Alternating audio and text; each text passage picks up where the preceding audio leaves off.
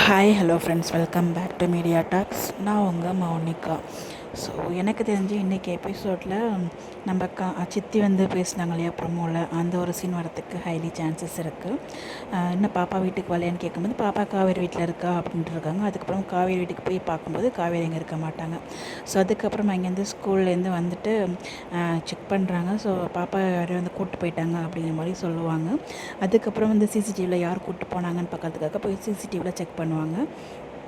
அந்த இடத்துல வந்து பார்த்திங்கன்னா கண்டிப்பாக ராகவாக இருக்கிறதுக்கு வாய்ப்பே கிடையாது.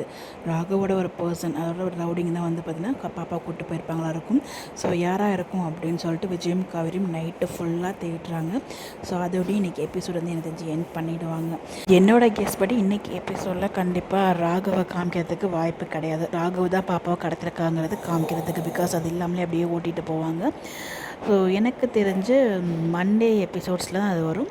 ஸோ சண்டே ஒரு ஹை வோல்டேஜ் ப்ரமோவை நம்ம ராகவும் விஜயும் மீட் பண்ணுற மாதிரி ஒரு ப்ரமோ விடுவாங்கன்னு எனக்கு ஒரு தாட் இருக்குது.